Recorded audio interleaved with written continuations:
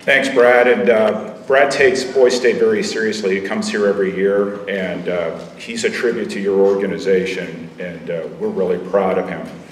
So when I heard Brad give my bio, I thought, man, I'm old. Once you start winning Lifetime Achievement Awards, you're getting on the older side of life. But what I'm here to tell you about is you're never too young, you're never too old to give back to your community. So this week is supposed to be a life-changing, life-affirming opportunity for you.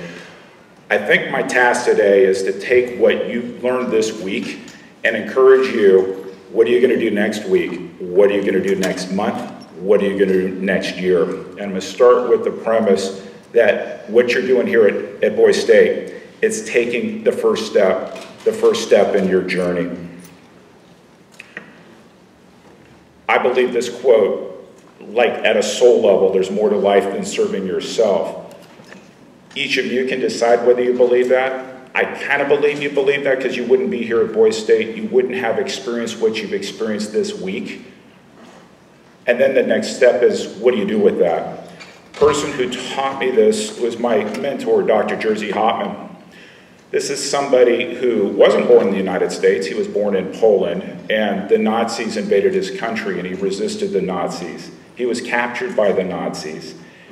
He, after the war, got his doctorate degree, came to the United States carrying a $2 bill along with his wife and son. And he always carried $2 bills the rest of his life to remind him of the privilege it was coming to the United States. He spent 52 years at our university, Park University, teaching students, teaching generations of students to not just serve themselves, but to serve the world. And they served the world, holding positions all across the United States and globally. And I learned so many messages from him. I would not be here right now today if it weren't for him. But there's one other person who in different ways made it possible for me to be here, and that's my mother, who is not only a minister, but she also has a PhD. So at her age, which is 78, she's still teaching. She's a special education teacher, and she's a minister as well. And she was a soccer mom before there were soccer moms, if you can believe that. It wasn't really a thing back when I was growing up, but she taught me at a young age, you have to give back, you have to contribute to your community, you have to engage with your neighbors, and she still does this at her age, and it's something I aspire to when I am her age. So what is civic engagement? And I have a short period of time, so I'm not going to get into what we did in the book I co-edited. I wanted to just drill it down into a couple things to leave you with. Think of civic engagement in terms of getting involved locally, statewide, nationally, or internationally, and many of you already do that. Well, you wouldn't be here if you don't already do that. You've been doing it in your schools, you've been doing it in your communities. The question is, as you move on in life, where do you find other opportunities? What made civic engagement become really important in the United States was a book that a Harvard professor wrote earlier in this century called Bowling Alone. And his research found that if you go back to the day, 1950s, you've probably seen the TV shows and movies about bowling leagues and how people got engaged with their coworkers, their neighbors by bowling on Tuesday night, Thursday night, whenever. You get into the 21st century and more people were bowling alone instead of in their communities. And then you multiply that with the advent of smartphones and how we've become disconnected. And the notion about civic engagement is not to get rid of technology, not to get rid of the changes that have made it possible to enjoy what we have in life today, but find a way to connect with others amidst those changes. And that's something you've been doing all week here at Boys State. Reality bites. So I was sitting in my office, Brad was encouraging me to get your PowerPoint slides together, and I was kind of reflecting back when I was just a little bit older than all of you in the program are. And I was trying to think about what was my story when I was your age that may be germane for you. And there was a movie that came out in the 90s called Reality Bites. Sort of the notion is for many of us who graduated from college in late 80s or early 90s, we got out of college in a bad economy. We we didn't get to experience what we were promised because circumstances impacted job availability, what we could do. And I was reflecting on that and understand you didn't sign up for this pandemic. You didn't sign up for the challenges we face in this country, and yet you've developed the leadership skills to help us transcend the challenges we have. Somehow I made it from my experiences trying to find that first great job out of college and moving on. And I am convinced, 100% convinced, not only you're going to be able to do it, but you're going to be able to reach goals that I couldn't have even dreamed of back when I was your age. But you're in Kansas, right? So there's a sense of what is your responsibility to this state? The state that brought, in a way, made it possible for you all to be here in Manhattan. What is your obligation? What is your responsibility to make Kansas a better state than the one that you inherited? And somebody who lives in Missouri, you may wonder, why does he care about Kansas? Well, I'm a graduate of a Kansas university, and I still feel an obligation to the state. And I see, in certain ways, Kansas is exceeding nationally. If you look at Kansas rankings on education, if you look at Kansas rankings on infrastructure, Kansas is outperforming neighbor states, and that's fantastic. I think it deserves a little bit more attention where Kansas could use a little bit more work, and where you may come up with the ideas. And it may not be a grandiose idea that makes major changes across the state. It may just be in your community. It may just be in your block. There's still 11.4% of the Kansas population living in poverty.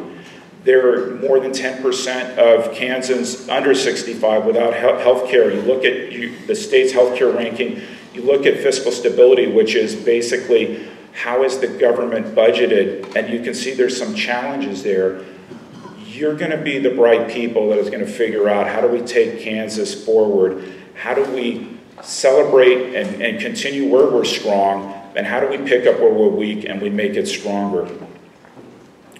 So this takes me to maybe why Brad wanted me to speak, and it's the journey that took me from 2008 to 2012 and really deciding to make a step to get involved nationally when I might not otherwise would have. But so let me try to tell you my story. So in January 2008, I turned 40 years old. And 5 days after my birthday, I had a memorable experience. I was invited to speak to a community group in Kansas City about the power of mentors. And interestingly enough, my mentor had registered to attend the event, and he asked me to give him a ride. So I gave him a ride there. I didn't tell him what I was going to say. And in the midst of this big crowd, I was able to say right in front of him, this is who I am today, and I wouldn't be who I am if it weren't for this gentleman right over here, Dr. Jersey Hoffman. And I was able to say in front of a crowd what he meant to me, who I had been and who I was. And so I drove him back home. He said he appreciated everything I said.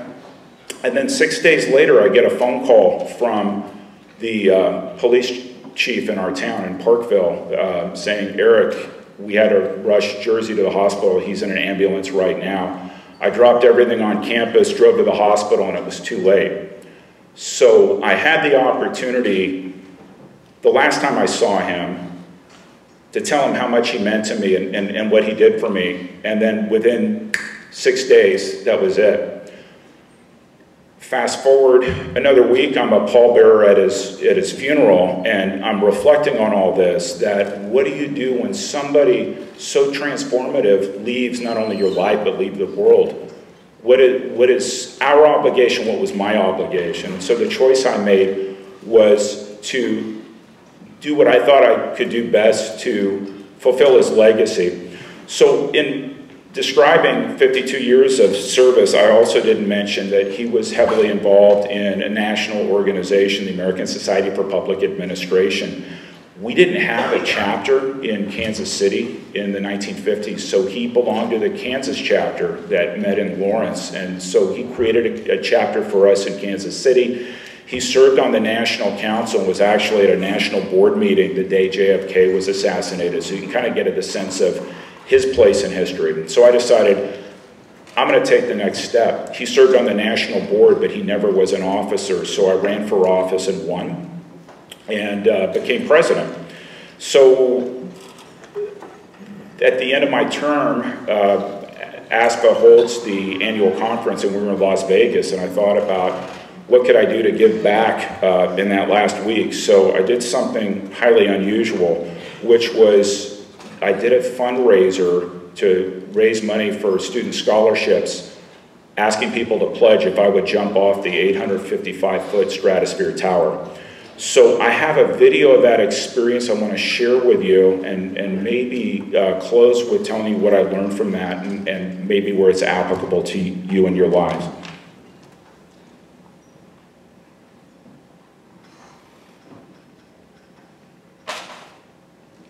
From 855 feet off the stratosphere in Las Vegas, Nevada. How do you feel? Ready to go. And you're doing this because? It's a fundraiser for a student scholarship. And you're the president, and you're awesome. I'm the president. Is it nice? Yeah, you're awesome. Do you have anything to say to your friends and family? It's all good, baby. And who gets it all if you don't make it? What about this charming fellow right here? It's all his fault. It's all my fault. It was a dare. Ah, nice, very nice. All right, Eric, have a great jump. All right, everybody, I am Eric here from Park University, Kansas City, getting ready to jump off the stratosphere right here in Las Vegas. You ready, Eric? I'm ready to roll. One step forward right here. Point the camera towards Las Vegas, show everyone where you're at. Now, Eric, you have not done anything like this before, is that right? I have not. You picked the highest jump off a building in the world. I'm showing the love from my friends from ASPA who dared me to do this. Oh, cool. Step out here to the edge. Now point the camera over the edge like this. Show everybody how high above the ground you are. Turn it around like this. There you go.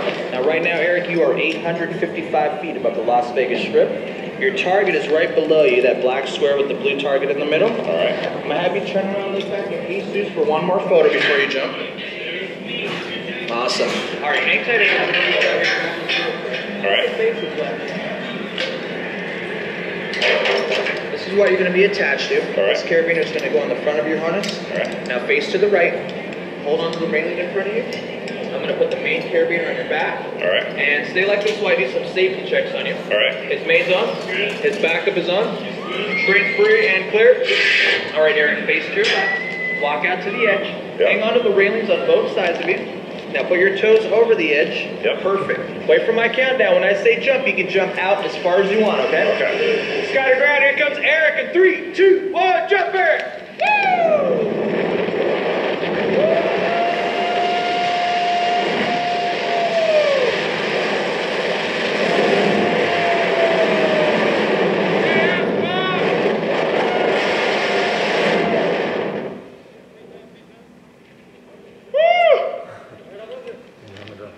Great. Awesome.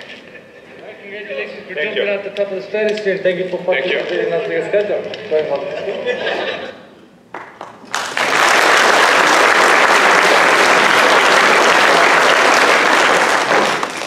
So whenever I speak to a group, I get a little bit amped. Chief Advancement Officer at Park University. Homecoming is almost here, and our team wants to let you know how to get here. You can come to homecoming at Park if you want. It'd be awesome. Well, I'll be there. Wow, everything's going crazy on me now. All right, we'll get there.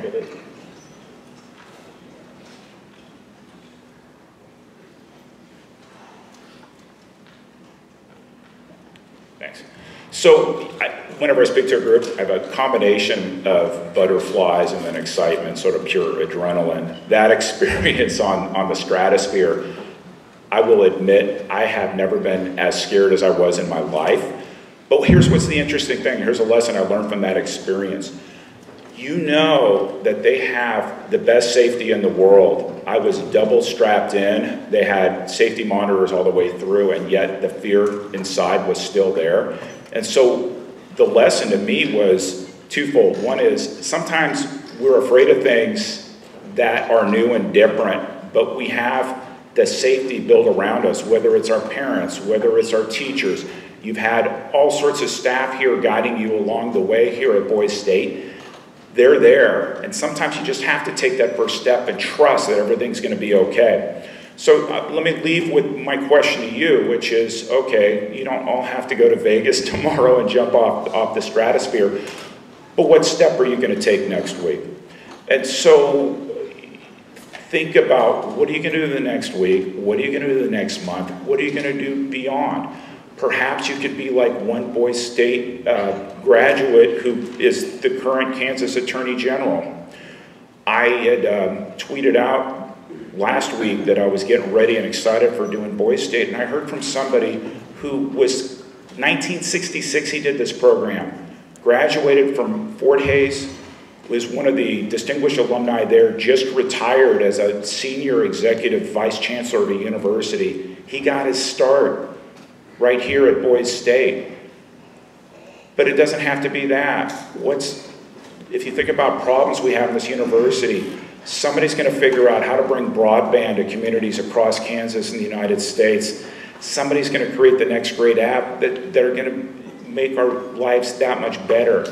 It's going to be some of you that are going to be solving these challenges, that's going to make Kansas a better state, that's going to make the United States a better country, and in the end, going to make a better globe for all of us. I thank you for your attention, but I also thank you for doing this, because there are a lot of people in your communities, there are a lot of people in states across the United States that don't take this opportunity, that don't take this step. You've decided you want to make a difference in your communities, in your state, in your world.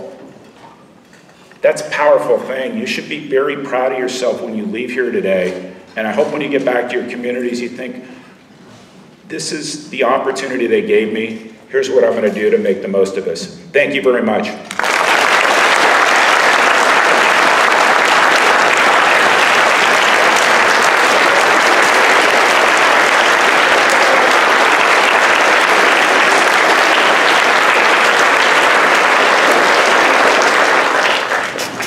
So thank you, Erik, for your words of wisdom and thoughts on how we can all make a difference in our communities and be civically engaged.